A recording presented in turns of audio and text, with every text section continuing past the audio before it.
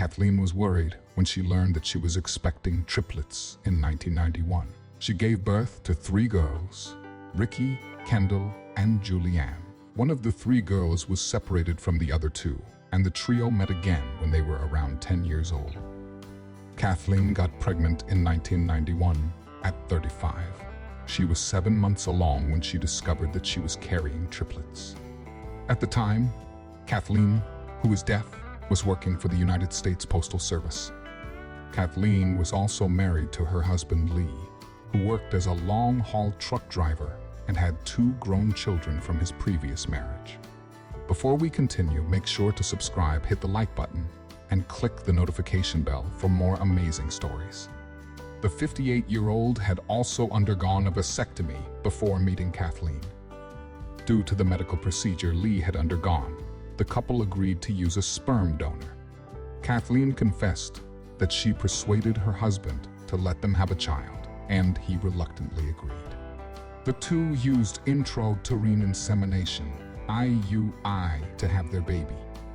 IUI is a medical procedure that involves the use of fertility medication, and with the process, there is always a possibility of multiples. It is due to this possibility that it wasn't a surprise that Kathleen was expecting triplets. Why did Kathleen decide to give her 2 girls up for adoption? Kathleen said she and her husband were worried when they learned that they were expecting triplets. Her daughter Ricky said that Kathleen and Lee weren't financially prepared to raise triplets. Ricky also said that Julianne and Kendall didn't experience a biological pull toward Kathleen. Tina was glad this didn't happen because she was afraid her daughters would scream, "Mom," and run towards their biological mom. Lee was also getting older and wouldn't have the energy to raise 3 kids. So, Kathleen and Lee made the decision to give up 2 of their girls for adoption. Ricky revealed that her mom received a sign that she felt indicated that Kendall and Julianne were to be raised together. Ricky recalled that her mother told her, during the initial ultrasound confirming she was carrying triplets, Kendall and Ricky were breached, but Julianne's head was down. All the doctors told Kathleen that there was no way they could change the 2 babies' positions. However, in another ultrasound, Kathleen was surprised when she found out that Kendall had somehow turned and her head was down, just like Julianne's. It was at that point that Kathleen made a choice. She said Kendall and Julianne were meant to be together and chose to give them up for adoption. After their birth, Kathleen went home with Ricky and gave up Julianne and Kendall to their adoptive parents, Ken Scavo and Tina Scavo. Ken and Tina were high school sweethearts who had struggled with infertility for 6 years with no success. 2 of their adoption attempts also failed. Years later, Kathleen looked back and said she knew in her heart that 2 of her triplets belonged with Ken and Tina. She recalled holding each of them and thinking that she might be making a mistake by giving them up. But now she was very thankful that she did.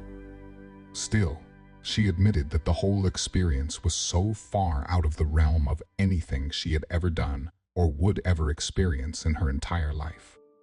Kathleen visited her 2 daughters for a year after the adoption, since it was an open one. Later, the adoption was closed and they lost touch. Ricky explained that in the past, birth mothers could rightfully reclaim their children. The news was filled with footage of birth mothers grabbing their children from adoptive parents. These videos made Tina and Ken nervous that they turned the adoption from an open to a closed one. The situation wasn't made easier by Kathleen, who would write to Tina and Ken, often showcasing her guilt and shame for giving up her girls for adoption. These letters sounded like Kathleen was saying, if she could relive this situation again, she would have made a different choice. Tina said that she and her husband had waited to have children for 6.5 years and were scared to death of Kathleen reclaiming them. So, the girls remained separated until they met again in their preteen years. How did the 3 sisters meet each other again? The 2 families lived in Colorado, just 40 minutes apart. However, Ken and Tina kept the existence of Ricky from Kendall and Julianne until they turned 8. However, Ricky knew all about her sisters as her mom had told her about them. Ricky confessed that her childhood was lonely as both her parents had busy careers, and she felt very isolated growing up on a farm.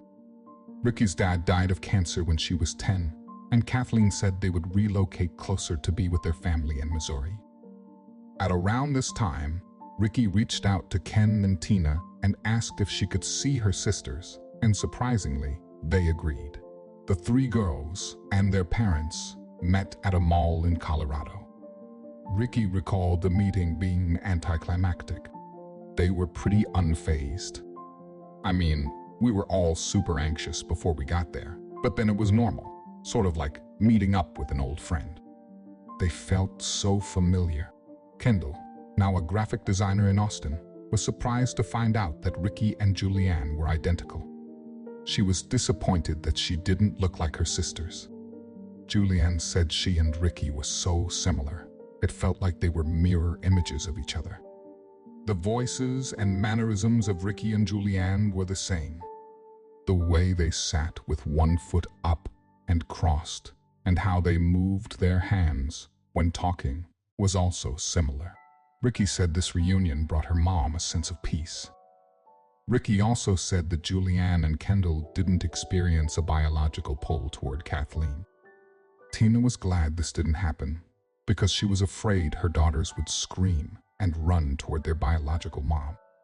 Eventually, Ricky moved to Missouri, and the 3 girls stayed in touch via letter writing. Every summer, Ricky stayed with her sisters for 2 weeks. Ricky said Ken and Tina's family were so well off, and she and her mom lived paycheck to paycheck, but she didn't hold any resentment towards the good life her sisters lived.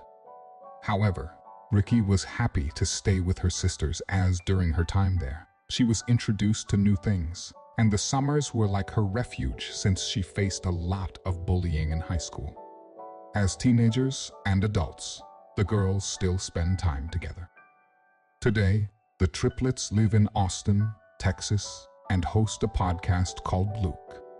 They got glyph tattoos on their arms, as well as each other's name initials, to show how much they love each other. They also enjoy birthday lunches together. Ricky confessed that sometimes she feels left out because Kendall and Julianne have a strong bond as they grew up in the same house. She added that she knows they will never have a relationship they could have had if they grew up together, but she was glad they had each other now. Tina's husband died in 2009 of cancer, but she said she found a close friendship with Kathleen. She added that in 2022 they visited each other and said Kathleen was an amazing human. Tina noted that without Kathleen, she would have never been a mom. The 3 sisters are also happy together. Despite Ricky and Julianne going through a period where they didn't speak for 2 years, Julianne, who works in sales, said Ricky is still learning that a sister's bond is unbreakable and that their love is unconditional. Currently, they are all on speaking terms. They go on group dates with their partners and have regular game nights. Thanks for tuning in to Spread Channel.